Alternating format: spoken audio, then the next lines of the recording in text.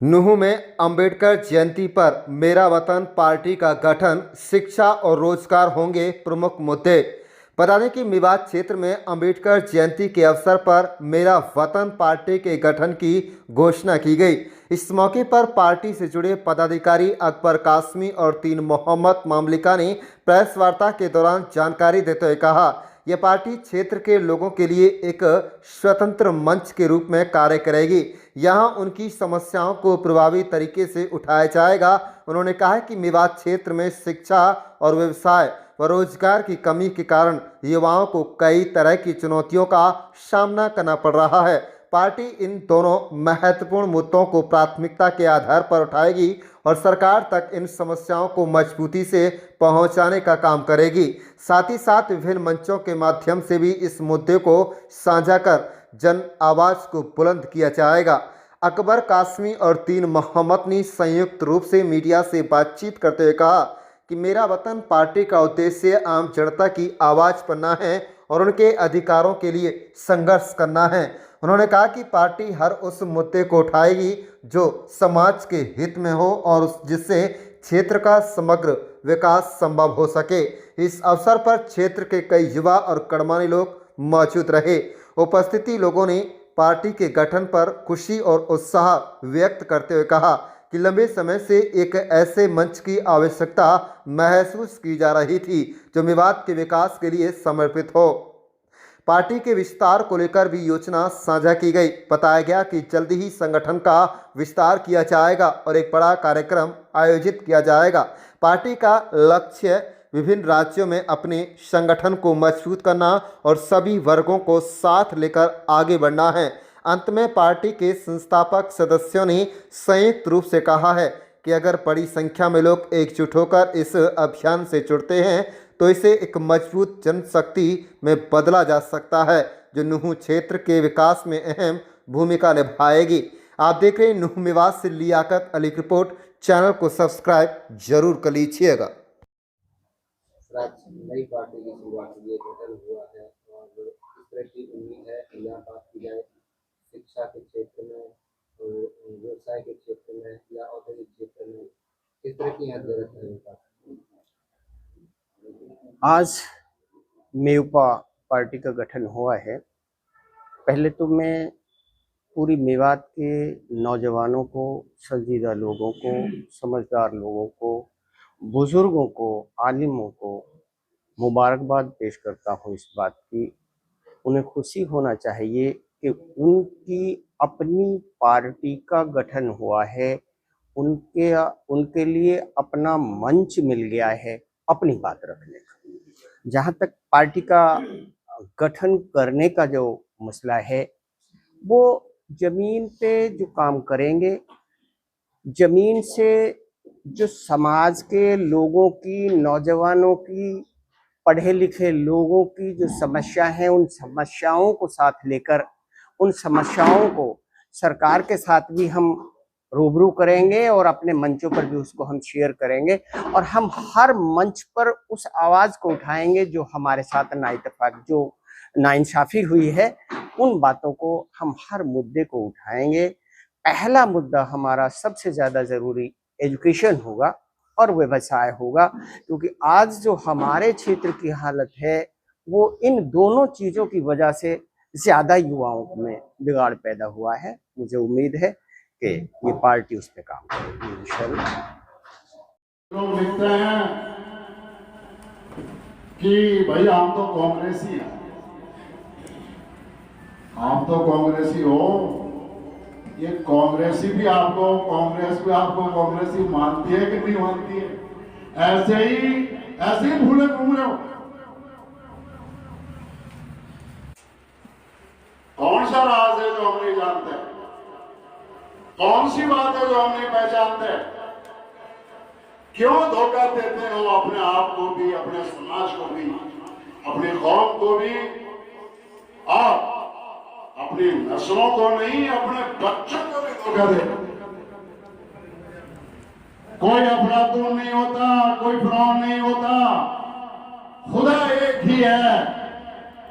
राहुल गांधी की इतनी बड़ी औकात नहीं है कि हमारे कौम के बच्चों से 36 बिरादरी के युवाओं से कोई बड़ी काबिलियत उसके अंदर लटक नहीं रही। 10 साल 15 साल इस देश का दोनों पार्टियों ने बर्बाद किया है। एक पार्टी जिसके पास कुछ बचा ही नहीं सिवाय फिरका परस्ती, हिंदुस्तान के माथे पे कलंक है। और मैं न्योपा के कार्यकर्ता की हैसियत से भाजपाइयों सुन लो, तुम्हें पैगाम देता हूं। तुमने हजारों नहीं लाखों करोड़ों रुपए इस देश को नफरत के अंदर झोंकने पे तुमने लगाए हैं। अगर इतना ही पैसा तुम इस देश की तामीर में लगा देते तो ये देश और सोने की चिड़िया होता, जो कभी मुगलों के जमाने में तुम ही बताते हो क्या होता था। हमने तो मुगलों से लड़ाई लड़ी थी, हमने तो मुगलों को भी कबूल नहीं किया था। ये मेवात की धरती है। बर्बन को कबूल नहीं किया था, ये मेवात की धरती है। नाइंसाफी को कभी कबूल नहीं किया, ये मेवात की धरती है।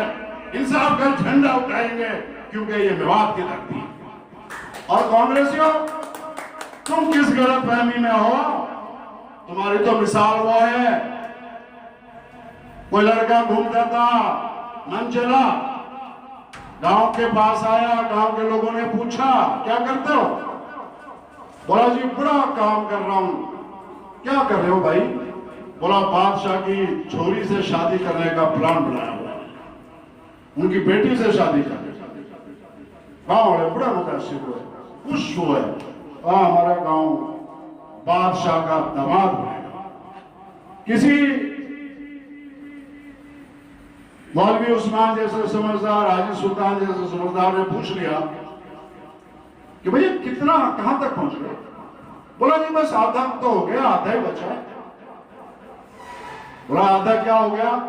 बोला शादी के लिए लड़का लड़की दो चाहिए होता है, मैं लड़का हूं, मैं तो राजी हूं, लड़की की इजाजत बाकी है। ये कौन कैसी हमारे मतलब दुनिया साइलेंट हो गई, दुनिया कांग्रेस की यारी मक्कारी को समझ गई।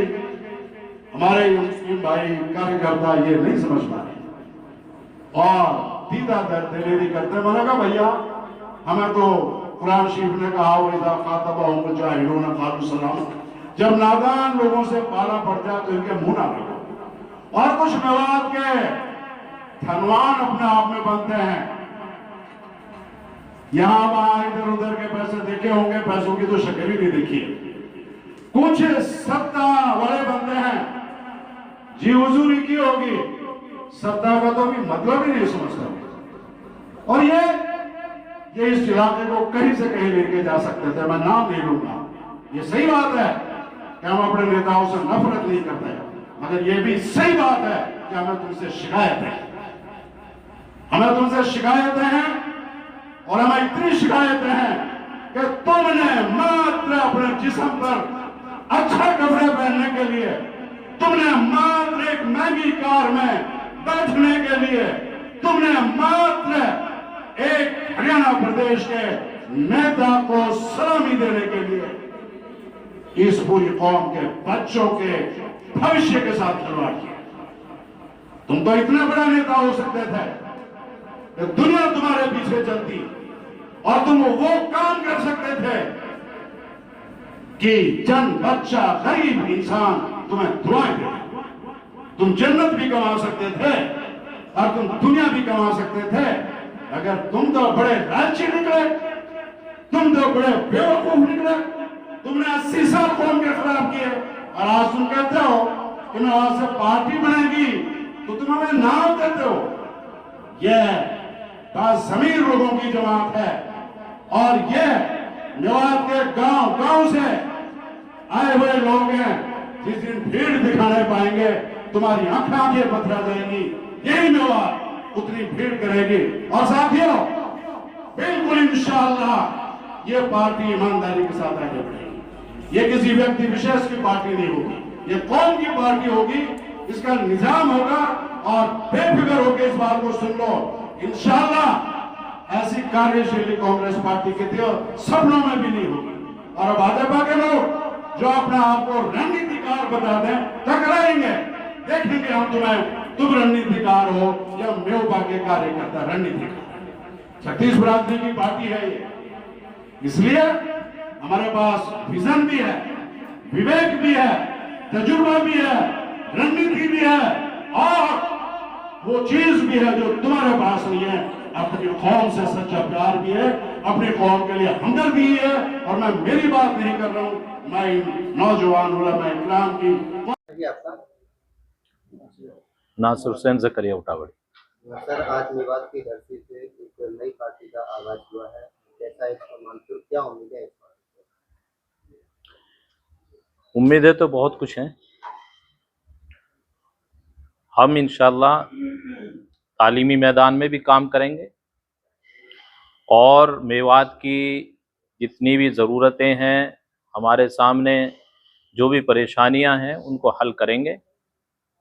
और साथ ही मेवात के युवा से दरख्वास्त भी करेंगे कि बहुत दिन हो गए, कभी आप किसी के साथ चलते हो, कभी किसी के पीछे। और अक्सर युवा ये शिकायत करते थे कि हमारे पास कोई पॉलिटिकल मंच है ही नहीं मेवात का, क्योंकि जो साहिब बैत होता है, यानी जो घर का रखवाला होता है, घर में रहने वाला, वही अपने घर के बारे में ज़्यादा फिक्र करता है। तो अब से पहले आपके पास मंच नहीं था, लेकिन ये अब मंच वजूद में आ चुका है। आप इसके साथ मिलें, इसमें शमूलियत इख्तियार करें और मेवात बल्कि दक्षिणी हरियाणा की तरक्की के लिए आप अपना किरदार अदा करें। अब तक हुआ यह है कि हमारे इस इलाके के साथ, चाहे वो नूह ज़िला हो, दूसरे ज़िला पलवल हो, यहाँ तक कि फरीदाबाद जो बिल्कुल दिल्ली से टच है, इसके साथ एक सौतेला व्यवहार किया गया है। आप उधर दक्षिणी हरियाणा में जाकर देखो, वहाँ के देहात को देखो, शहरों को देखो, और फिर एक मर्तबा आप मेवात में आओ, मेवात के ज़िला नूह को देखो, और आप जो है देहात में जाकर देखो, तो आपको बखूबी ये धरातल पर ये मालूम हो जाएगा कि हमारे साथ आज तक सौतेला व्यवहार किया गया है। तो बहरहाल अब संविधान से जो है हमें भी हक मिला है। जी, जिम्मेदार जिम्मेदार तो सबसे ज्यादा जिम्मेदार तो हमारे ही लोग हैं।